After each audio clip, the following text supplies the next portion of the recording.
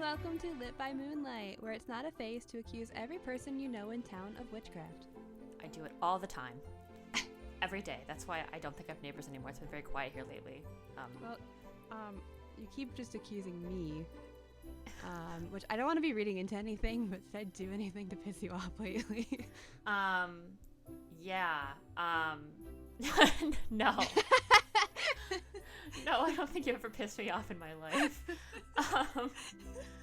But I'm one of those people that I lie a lot, so I just kind of had to accuse you by default. Take it as a compliment. We are talking about the Crucible.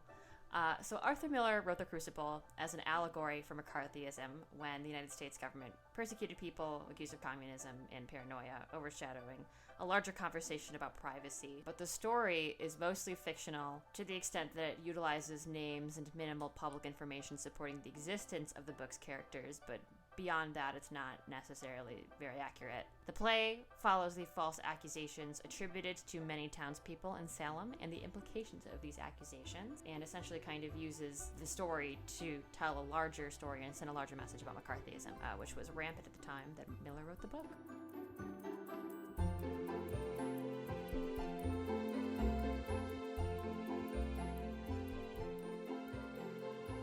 My name is Kaitlin, and it's corn. A big lump with knobs. It has the juice. It has the juice. I can't imagine a more beautiful thing. Woo! It's corn. I can tell you all about it. I mean, look at this thing. When I tried it with butter, everything changed. It sure did.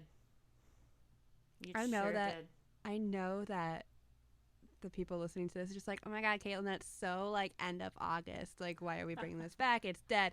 Well, because it's currently the week that TikTok went viral, and it's the only thing that's been playing in my head. Every second, I just keep yelling, "It's corn." Yeah, I think it's taken over my entire life, and I want to say I'll be happy when it's gone, but I think it's also given me a serotonin boost that I deeply needed. So it's funny because when I first heard it, I was like, "Oh my god, this reminds me of those old YouTube videos that from Shmo-Yoho, the Shmo-Yoho videos." And then I looked to see who created this, and guess who it was? Shmo-Yoho. That's our guy. They're still here. They're still here. My name is Emberlin, and so listen, I bought this damn Francesca's green sequin jumpsuit on Poshmark for $40, and it doesn't fit me. Oh. Does anyone want it? Yeah, I do. I was going to ask you. Here, I'll bring it in for a minute. Here, go find it. Let's see. Yeah, for all of our viewers for this podcast, which continues to remain 0. Now, I feel like this isn't genuinely the best idea of what it looks like, but know that it has pants, and it's got a nice deep V here, and it's got some nice t-shirts. I'm going to describe it for nice and fancy. Our listeners. I'm describing the sequence for our listeners because our viewers can see it. All 0 of them. Yeah. But our listeners, it is a green sequined jumpsuit. It's emerald. Yeah. It's like you just walked through one short day at the Emerald City. Yes. It's got a deep V, and it's emerald green and sequins. It's a jumpsuit. So I don't think it's too hard to picture. Yeah. So you want it? Yeah, actually I do. Yeah, looks like Caitlin's taking it, so you guys probably should have reached out earlier if you really wanted it. Sorry. In fact, by the time that you probably listen to this episode, Kaitlin will probably be wearing it around. So, sorry. I'm actually wearing it right now. Yeah. Yeah. I pulled it right through the screen. Pulled it right through the screen. So, Kaitlin, the Crucible. Yeah. Do you remember anything about reading this book in high school? The one thing I remember about reading this book in high school is that I was spoiled the ending. From a girl in a chemistry class who was a year older than us. Okay. And we were talking about it, and she was just like, yeah, something when John Proctor dies. And I was like, huh? He what? And she's like, oh, you guys didn't get to that part yet? And I was like, no. Dick move. No, we didn't. Thank you so much. When you wrote that in the notes, I was like, was that me? No, it wasn't. I would have said, and Emberlin ruined this book. I most certainly have destroyed other books for Kaitlin, I think, namely Catching Fire, so. No, that wasn't me. That wasn't me. That's right, that was my entire humanities class. Moving on. I mean, I ruined it for someone else because I was just like, obsessed with those books, and I was like, can I tell you about this book series? And I was telling her about it, and then she's like, wait, I might want to read it. And I said, nope, I've started it. I'm not finishing it. I'm going to continue talking about it now. Yeah. Did you really spoil that for the entire humanities class? I did. I mentioned it, like, just off the cuff, because we weren't reading it. We were just talking about it in class. It wasn't a book that was part of the curriculum. And I was like, oh, well, so-and-so when this happens. And everybody was pissed at me.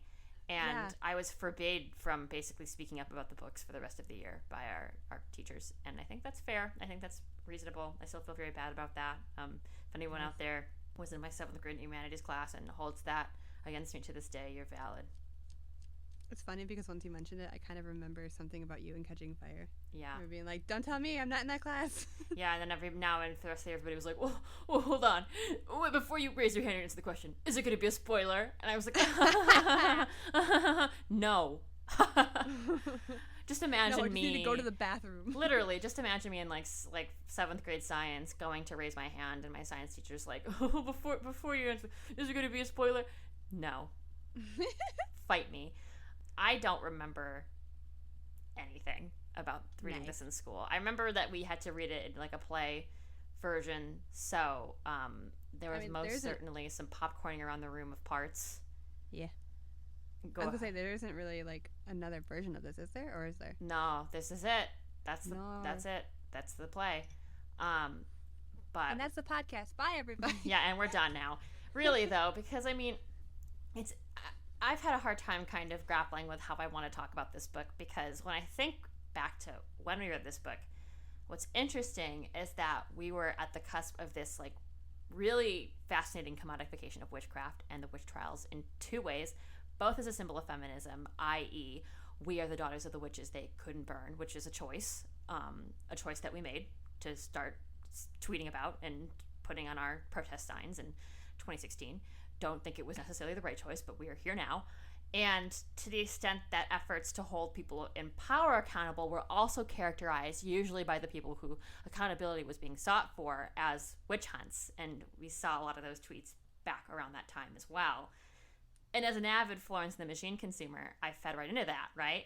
Like, I love my witchy aesthetics, but as an adult, revisiting this book and starting to question the nature of what we consider quote-unquote aesthetic, I find myself raising larger questions about how the Crucible, not as it was intended as an allegory for McCarthyism, but as a retelling of the Salem Witch Trials that is sometimes mistaken to be very accurate, has transformed our understanding of the trials. I find myself thinking about that a lot. Hold on. There's an emergency outside, everyone. Anyway, I mean, it's just interesting for me to wrap my head around. I don't know about you, but like, something really terrible did happen, like in Salem in 1962. Many people were killed on account of puritanical religious paranoia and local power struggles and politics. And while I don't really remember, I'd like to believe that we actually talked a lot about the allegory for McCarthyism in school. In fact, it's like right at the beginning of the book. It's like on the first page. And I feel like we must have had some sort of like vocab sheets or something where we discussed it. I'm almost certain we did. I think that because there's an introduction to the book that I think we did read in high school. Yes. And because I remember being like, I thought this was a play. And reading about it. So I think we did learn, because I feel like we learned more about like that time before we even read the book. Just to shed some light on it, yeah. Yeah, and just get context for the time period. I will say that when I opened up the book this time and I saw how long the introduction is, I said, I'm not in high school anymore. I don't need to read this. And I didn't. So please know that throughout this episode of the podcast, you're going to be hearing a lot more from Emberlin than from me. And that's okay. It is okay, because I feel like I have much more to say about that's, I think, the benefit really of going back and reading these books as adults and being able to revisit them. Is like there's a lot more context and understanding, I think, on our part of what these books mean and the role they play in society and why the U.S. Department of Education might intend for us to read them. There are times, just based on what I do and don't remember about the book, where I feel like maybe we should have nailed the points that Miller was making home more, because the focal point of the novel is that mass hysteria is incredibly dangerous to the success of a community. And like we're seeing bits and pieces of this now manifesting in different ways that I think might need this lens. Maybe there's other books that address this issue better, but I feel like this is one of those books that was intended to do just that with McCarthyism, and it might be interesting to revisit that with like the lens of the world we're living in now and some of the mass hysteria, if you want to call it that, we're experiencing now. So that's where I leave you with my interpretation of this in high school. I know that was like literally an essay, but it's something that I found myself thinking a lot about. But like, I feel like as a high schooler, we were 15, 16 when we read this. Especially like when you're reading it for an assignment, I feel like it's easier to latch on to some of the moments in the book that we might go, oh my God, this is so ridiculous. And kind of like almost laugh at it. And then like you kind of in that way like remove yourself from the fact that no, this was like a real thing and real people like died for not really any good reason at all. No. Or for like people died who shouldn't have, and it's terrible that this was happening and that people were just letting it happen. And I feel like even now, like as I was reading the book, some of the dialogue, I was just like, oh my God, this is wild. Like listen to this, like just let the people speak, and just like the way that people were jumping on people. I'm just like, oh my God, chill out. Stressed. I was stressed. And I almost like laughed at how ridiculous it was, but then I'm just like, but imagine being one of those people in that time. Like I feel like it's so like long ago. It's almost like we distance ourselves from it, and like we were able to like detach ourselves from it, even like being relatable, or even think about the fact that like there are people who are related to those people today. Like those were real people. So I think it's good to read this again, knowing that, hey, this is not just a hot take of a play. It's a real thing. Yeah, a real thing that happened. So was there like a specific moment in this play? I keep wanting to say book, and it is a book, but the play that hooked you? Yeah, much like the sauce from my pizza roll hooked itself onto my shirt. Oh no. Sorry, I just like looked down and I was like, what's on my shirt? Oh yeah, I bit into a pizza roll and then all of the sauce came out. No. Oh, that must have burned. No, because it was on my shirt. Although I will say I have maybe a very faint scar on my chest from having pizza roll drop on me before. No. Someone needs to teach me how to eat. As far as a hook for this play, I would say that listening to a radio drama version of this at 2 times speed is actually very captivating. Bet. Listen, your girl has had a bad time focusing lately. Your girl also should probably get diagnosed for a certain thing at some point, but it's fine. So I couldn't really, like, I started the book and I was just like, not really feeling it, but I know I need to read this book. I just don't have the attention span for this, so I will put the audiobook on and have my hands do something else. And couldn't find an audiobook that was great, and then I stumbled upon this radio drama version of it that some group did. I think they were like high schoolers or something. They sounded like high schoolers. Oh, so it was really interesting. I don't know if they were high schoolers, if they were college. Could I go back into my YouTube history and find out exactly that? Yes. Will I? No. Nah. So I'm just gonna keep on guessing. But anyway, and it was pretty well done. Whoever was playing Tituba acted your little heart out. Oh my God. Great job. But because I didn't really want to sit there for 2 hours, I put it on 2 times speed. And before you go, Kaitlin, you have a really bad history with audiobooks. I know. I don't learn my lessons here, okay? I never will. No. I'm going to keep on making mistakes. This podcast is not for lesson learning. It is just specifically for vibes. It's for me, for vibing, and for just me having a grand old time while Emberlin goes, actually, there's some history to this, and I get a history lesson, and it's kind of fun for me. So, yeah.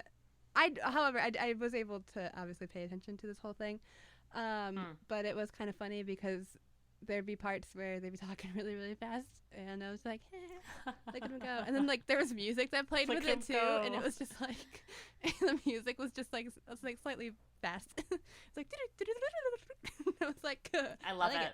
Where it's like almost unnatural. Yeah. It kind of made it. This is terrible because it's such a heavy subject, but it made it humorous for me. And I was like, what a funny little story that we're listening to. But it's not. People died. It's not. Stop. People died. It is, but also like I think the way that the book has been adapted since is funny. Like I literally listened to an audiobook of this with Richard Dreyfuss as like Reverend Paris. Nice. And I was like, what am I doing? Like, what is this? How does it come to this? Like, when I graduated from college, I intended to go and work on the Hill and do government things and, do whatever I wanted to do that I got my degree for. And here I am sitting in my bedroom folding my matching pajama sets and listening to a Richard Dreyfuss rendition of The Crucible. Like, how did we get here? Never saw this coming. Nothing wrong with it. I'll take it. I'll take it, honestly, for working on the Capitol. Those interns, that I've been keeping in my intern dungeon. How are they? It's been a while. Not so good. No? Oh, no. No. Not have you so run good. out of Chobani? Yeah, I have. And they've resorted to eating each other. Oh. Which is really concerning. One of them actually made a LinkedIn post about it the other day. They said I had the pleasure of eating my fellow Hailturn, Sam. And I just want to thank Emberlin for the opportunity. And I think they're becoming a little delusional. I'm not going to take accountability for it. I'm going to probably direct my blame toward the go flip yourself people, the people that came and... Toby and Bran. Yeah, Toby and Bran. Toby and Bran, for those of you at home who don't listen to our other series about what we do in the shadows, called What We Do in the Moonlight, Toby and Bran, they're two guys, they flip houses. I invited them over here to flip my house, give me a little walk-in dungeon for all the Hail turns in DC that were looking for housing. And, it's not going well. It's not going well. So well, I'm sorry to hear that. We can unpack that off pod over a light lunch, if you will. So. Yes, over a light lunch. What the fuck were we talking about? What was your hook for The Crucible?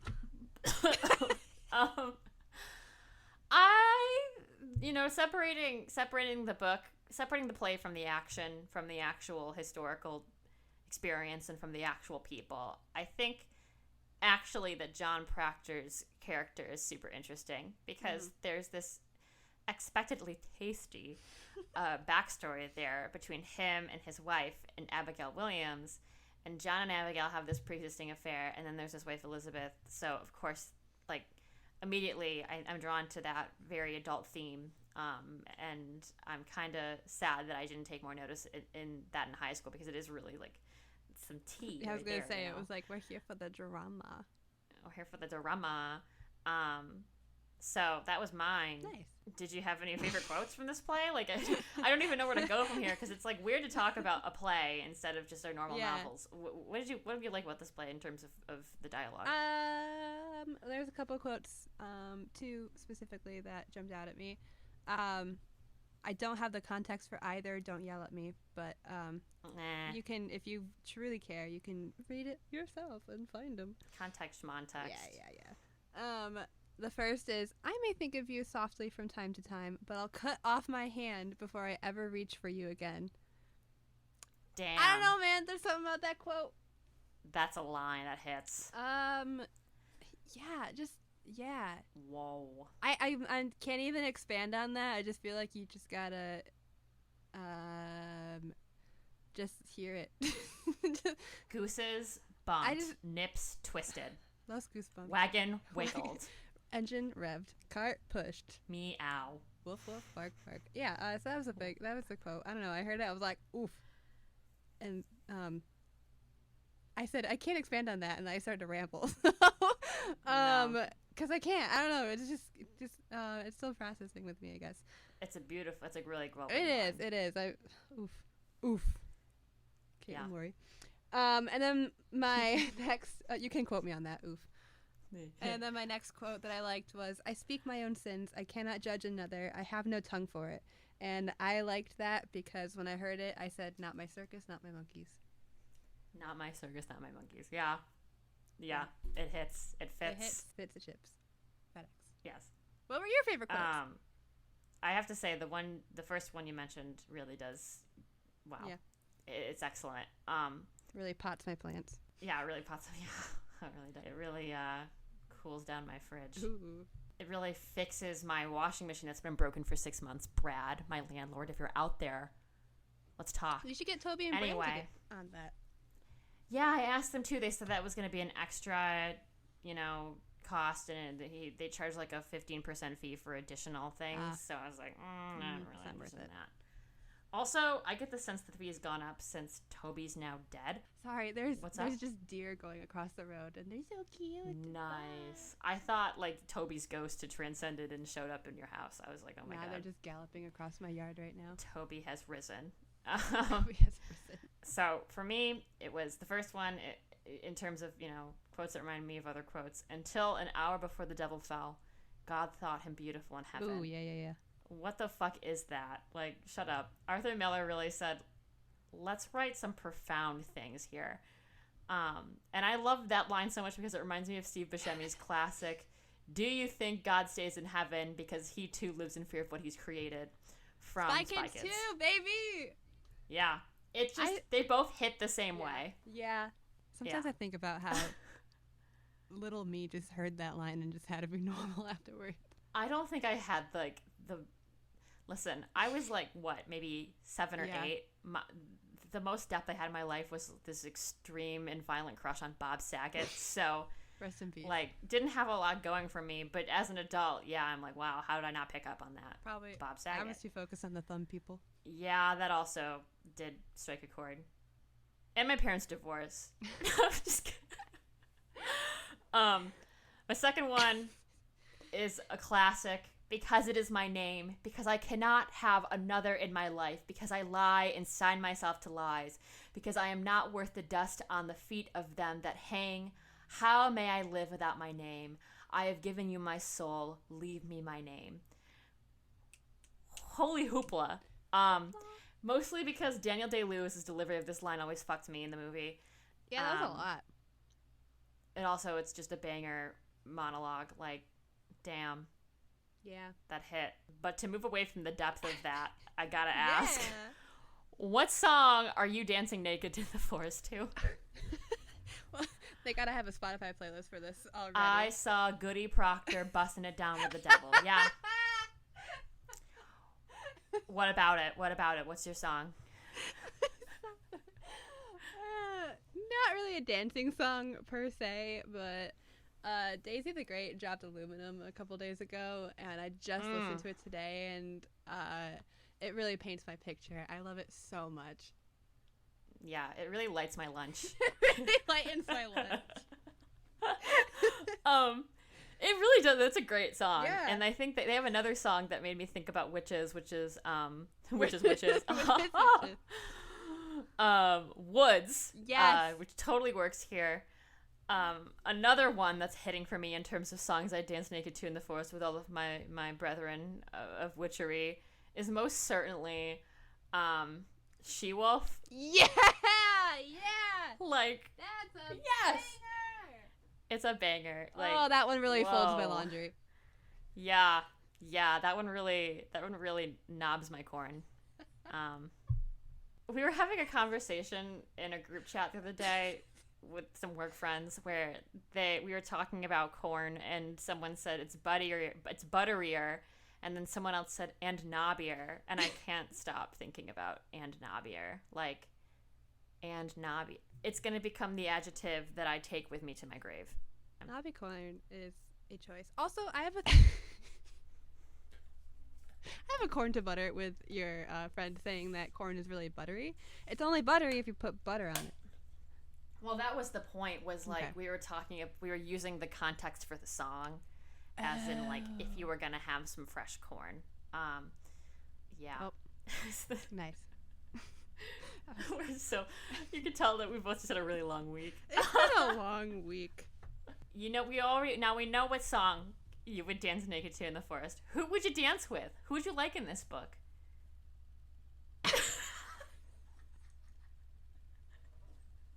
Once again, for our viewers, we saw me just stare at my notes, which is all 0 of you, with fear in my eyes because I did not answer this. And, woohoo. Want me to go? Listen, guys. Like I said, I listened to a radio drama of this on 2 times speed. I guess Elizabeth Proctor, who took so much shit, and for what? Her husband cheats on her. Her husband's a alleged mistress. Accuses her of witchcraft. She's pregnant. She's pregnant and spends all of this time in jail. She watches her husband die. Like, give the woman a break. And these were authentic and original thoughts from me. Those are great thoughts. Thank you. I thought you would agree. Yeah. Mine was Elizabeth Proctor. Yeah. Who took so much shit, and for what? Her husband cheats on her. Her husband's alleged mistress accuses her of witchcraft. She's pregnant. She's pregnant and spends all of this time in jail. She watches her husband die. Like, give the woman a break. That's exactly what I'm saying.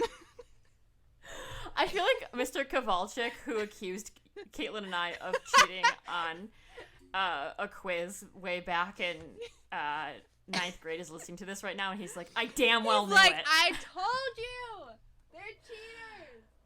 They've been copying off of each other this whole time. Oh my god, that really bruised my teeth. I can't. That really carbonates my soda. Oh my god. I hope people are still listening to us. No. What character would you accuse of witchcraft? Yeah. No, this is a loaded question because I feel like I don't want to accuse anyone of witchcraft because I think that might perpetuate the issue here, which is clearly mass hysteria and like false accusations. But I do think I'd like to have a word with the group of girlies who are accusing everyone else of witchcraft because they're stressing me out. Like, it's time to sit down and maybe do some reflection, maybe do some bullet journaling. Yeah. Yeah. You have no one, do you? I don't. They're all kind of shitty. Yeah, I think that's agreeable. They're yeah. Shitty. Even like John Proctor is cheating on his wife. Mm-hmm. And the rest of it, Wait, what?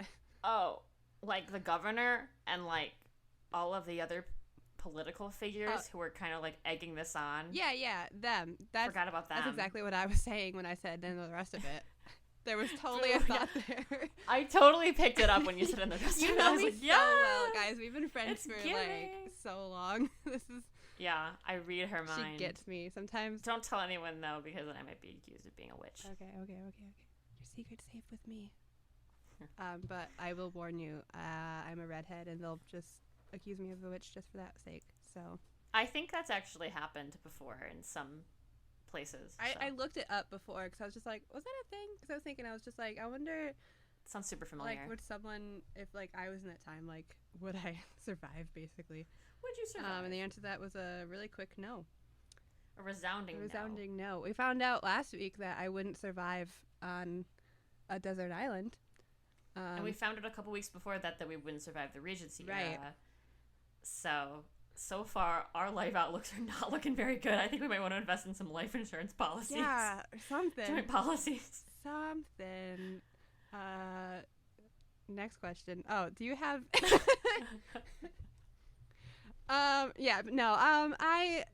they all sucked, and I don't have anyone in particular, just because I just couldn't choose. There were so many characters. Yeah, and they were all, like, doing different levels of bad things. Yeah. Like, not looking good. I feel like goody good, not looking goody good.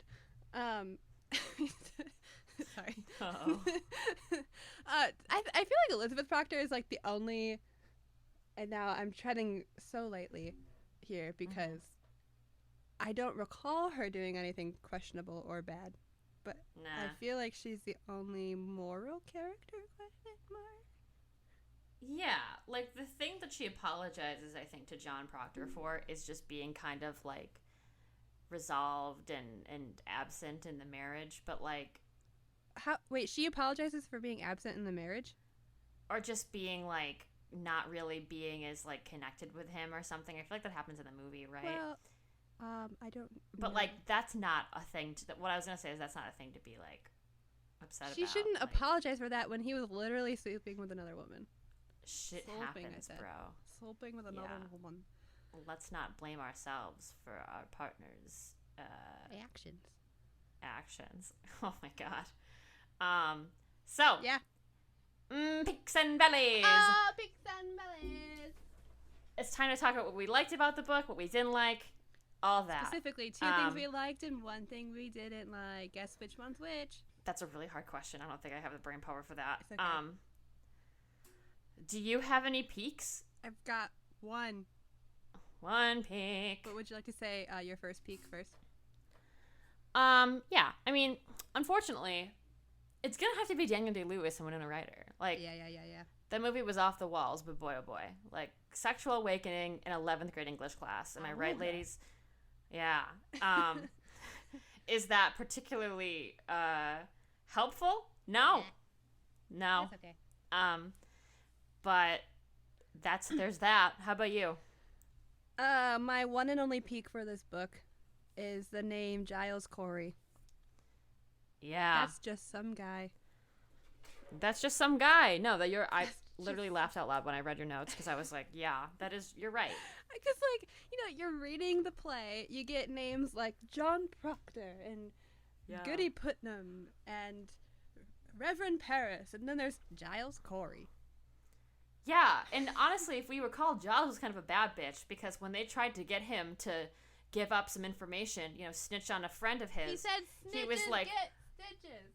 He said, "Put more rocks on my body and stone me to death. I'm disinterested in that shit. Snitches get stitches." Yeah. So good for him. Yeah. Real girl boss move there. Side note: whenever I think of snitches get stitches, nope. Yeah, no, snitches get stitches. That's right. The correct term. I always think of Stitch from Lilo and Stitch. Nice. So I feel like that phrase could also be interpreted as like a positive thing. You're like, oh, if I snitch, I get a stitch. Yeah, you get a little alien friend. Guess who's a witch? Yeah. Yeah. Yeah. So did you have a second peek? The dialogue in this book was actually very good. I think the quotes proved that we talked about earlier. There's like a lot of bangers, and I remember thinking a lot about David Jenkins of all people when I wrote this. Oh, that menace. Or when I read this, rather, not wrote this. I didn't write The Crucible, for those of you at home who are confused. Because I feel like no one understands a great character dialogue better than playwrights. Yeah. And, of course, David Jenkins is a playwright and has since written a remarkable show. I feel like this book has some remarkable lines that would make this a really good play. Tell me about your Valley. The racism towards Tituba. Wasn't a fan. Nice. Wasn't a fan. I didn't like that they were using her culture as a reason to accuse her of being a witch. Thought that was bad. Also didn't like the whole she's a slave thing. Also didn't like that there was a slave in this book. No. Hot take, slavery bad. And I just, I'm not a fan. So sometimes reading some of the dialogue towards her made me uncomfy. Yeah. Which it should, because we should learn from those mistakes of that. But I also... It's weird that Arthur Miller wrote that. Like, it's weird.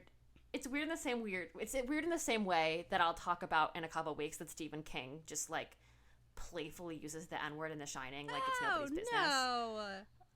And, like, it's just, like, there are certain people that shouldn't be telling these stories. And I feel like they're on that list for sure. Yeah. So, yeah. That's a big valley for me. How about you? Not so much a peak. Because it's a valley? Or a valley. Not so much a valley, so much as, like, a brow wrinkle that I've had ever since I read this. Because, like, as I said before, and I'll say again, I have, like, infinite questions about this book's impact on the cultural zeitgeist concerning witch lore today. It's probably not that deep, but I think we're really quick to make fun of, like, the Salem Witch Trial as, like, a cultural concept. And it makes sense. Like, it happened so long ago. But, like, it's hard, I think, as you said earlier, for us to place ourselves in a space emotionally where we can think about how terrifying it must have been to be sentenced to death by people in your own town. I mean, given the added layer for Tituba of basically being captured and brought over here, and then be put through this, is kind of horrifying. Like, I hate to put a damper on the pod, but like, it's very serious, right? This was Miller's point in the sense about McCarthyism, and I think he's on the right side of this argument, but I sometimes wonder if maybe we needed to hammer that home more in English class. And here I come back to this question about the commodification of witches and whether it's insensitive. There's a lot of debate about whether it's justified for Salem to commodify the trials and place emphasis on the spooky aspects of it for Toryism without maybe getting into the meat of the issue, and that's that it's a pretty dark period in American history that should be treated with a little more sensitivity. I mean, like, they dead-ass arrested a 4-year-old girl for being a witch and kept her in jail for a couple of months.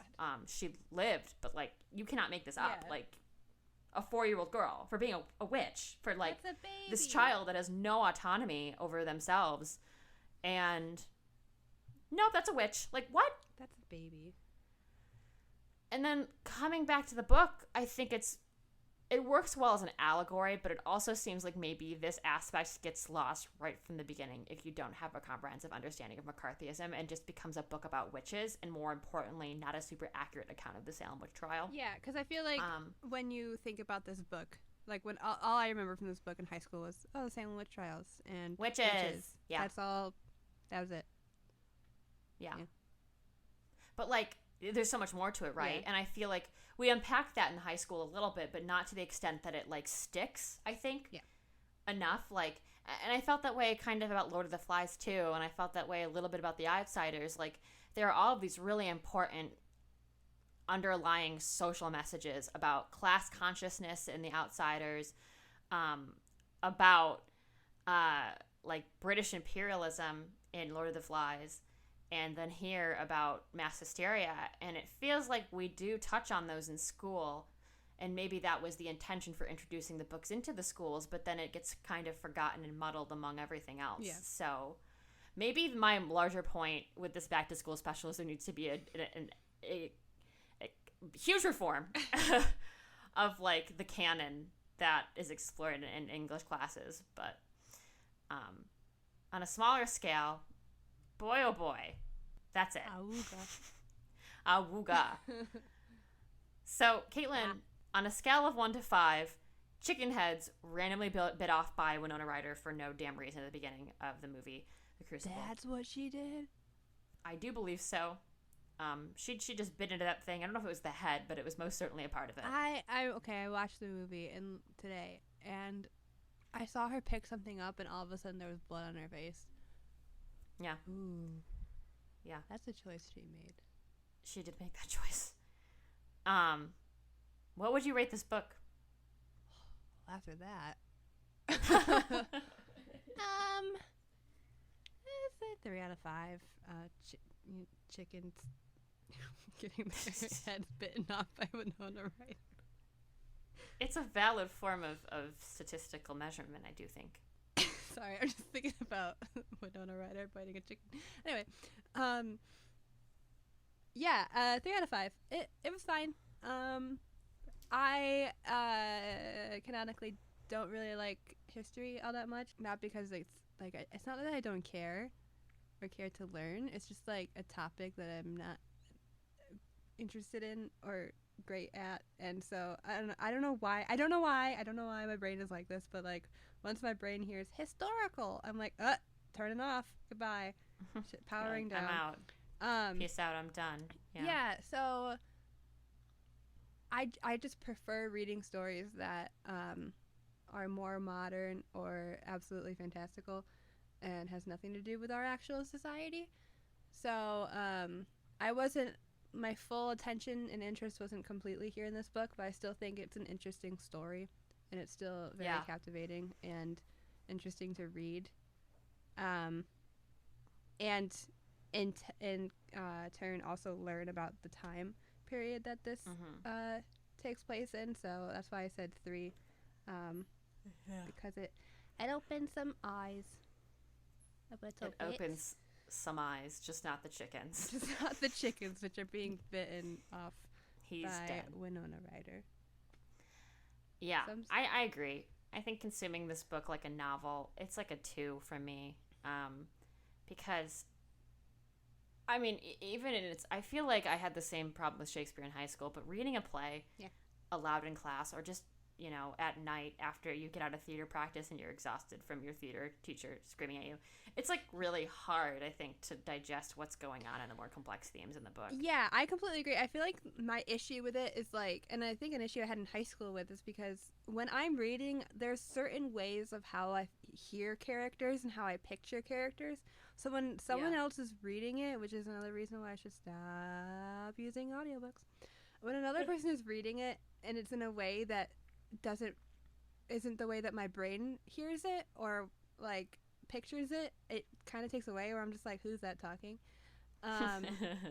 Or, you know, in high school when all of us are just reading it off the cuff and some people are putting their all into some characters, sometimes a little too much, and then others who just are like, I just want it to be lunch period now. It kind of hits different when other people are reading it or when other people are hearing it. So I feel like if I read it as an actual book, it would have been better, but I've lost track of what my original point was. I think as a play, I'd absolutely love it. I think if I went and saw it, I'd probably be like, this makes sense. And if I also, I think, like, maybe tweaked my understanding of McCarthyism beyond, like, surface level, I'd probably also enjoy it. Because, like, there's some really interesting things that happened during this country's Red Scare, as they call it, that I think would be interesting to revisit through the lens of this book. Speaking of high school memories. Oh, no. We have to share one, each of us, as part of this series. Why did you do this? I don't know. I had a big manic idea. It's a good idea until I realized that I couldn't remember shit from Mars. I have one. Not very good, honestly. One time I was making out with this guy in the auditorium. Good start. And a teacher almost caught us. And it was really scary because we had to hide. Wait, that reminded me of, I can't remember which musical it was, but our directors were once again being dicks. Oh, yeah. Because we had everything was fine, and it was a few days before the show, but we were just all kind of needed to let out some steam. So we started singing Les Miserables instead, and we did like a whole production of it, and they came in and they're like, see, you should have been taking this time to rehearse your lines and doing this and doing that. And we were like, we're good. Like, we're fine. Can we take 5 minutes to have fun? Is it fair, if not completely accurate, to say that perhaps the real witches in society are high school theater directors? Like, the level of importance that they place on things that are literally nothing. Yeah. It's truly, like, wow. Like, it's, like, did Ryan Murphy write this? Like, are we in Glee? Like, wow. New high school memory unlocked. Do you remember, as a drama department, there was, like, almost like, not even like a showcase, but just like an award ceremony somehow. Oh. Okay. Holy shit. This is the real story that I'll probably cut everything else out. We're gonna get sued for defamation. This all allegedly happened. Allegedly, so there was like a local, like, award ceremony type thing. So, like, different high schools could nominate a couple people in their musical for, like, you know, like, supporting actress or lead actress, like, all, like, it was basically like the Oscars but for musicals, which I guess would be the Tony Awards but for high school.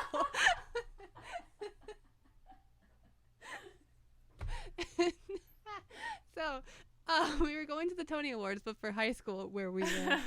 And I remember, like, our director was hyping it up, and she was telling us, like she told us, like, who was nominated and everything, and how, like, every high school was going to be able to perform a scene from their musical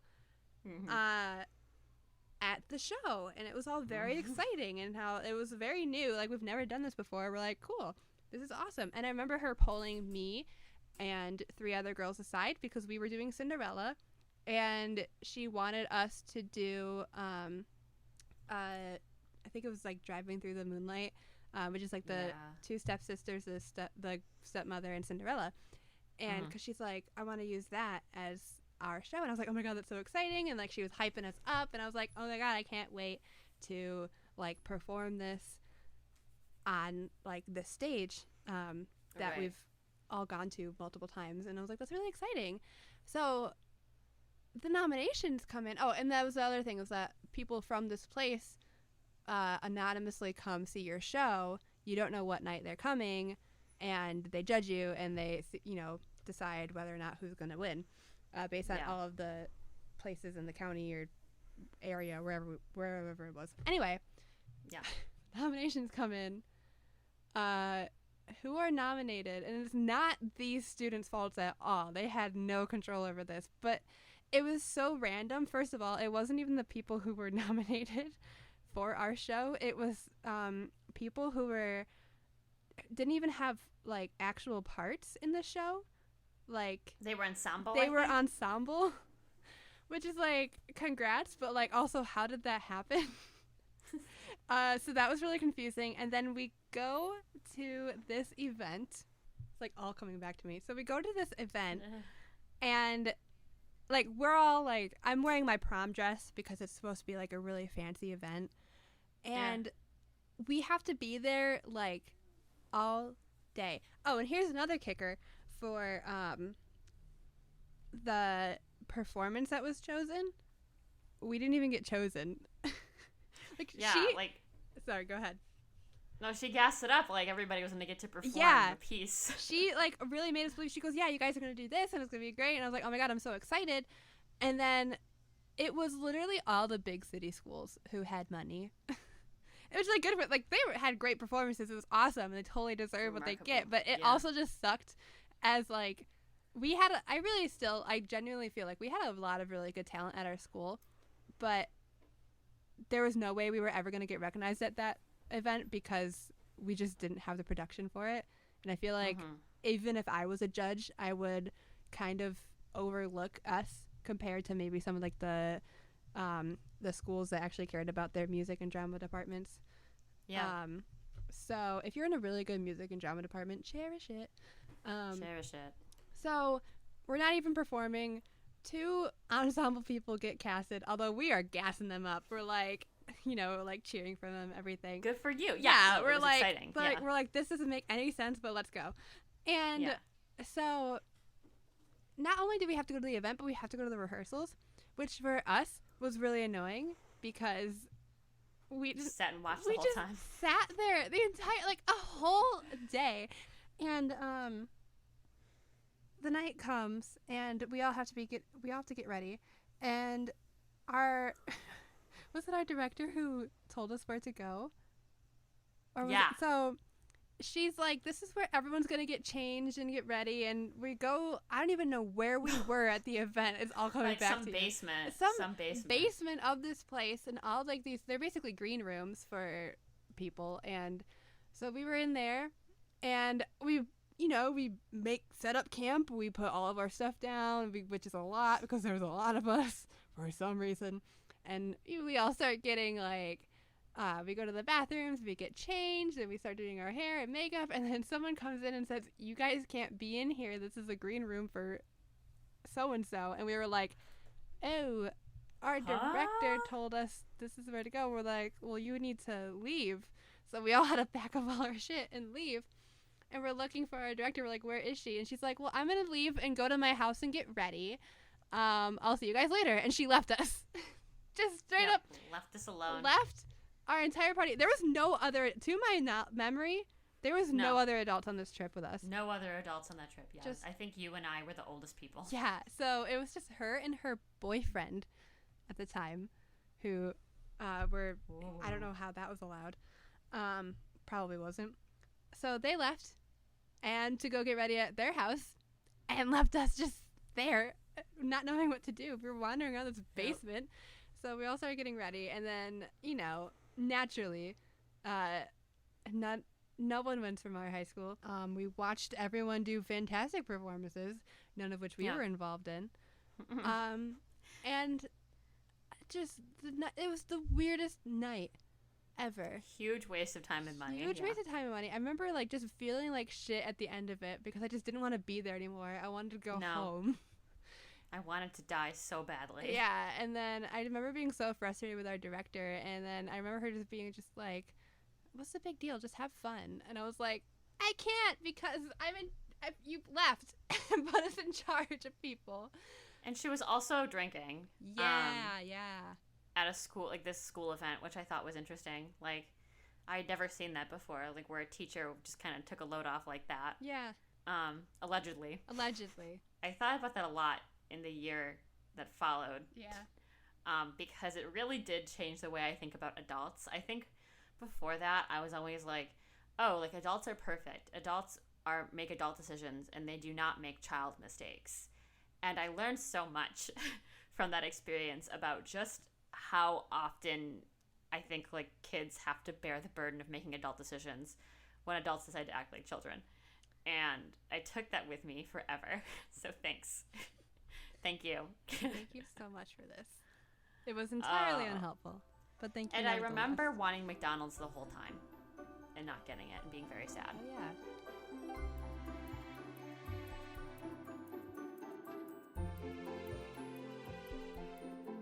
Thank you for listening to Lit by Moonlight and our horror stories. Speaking of horror stories, tune in next time when we begin our next season of Halloween horror with The Haunting of Hill House. Spooky.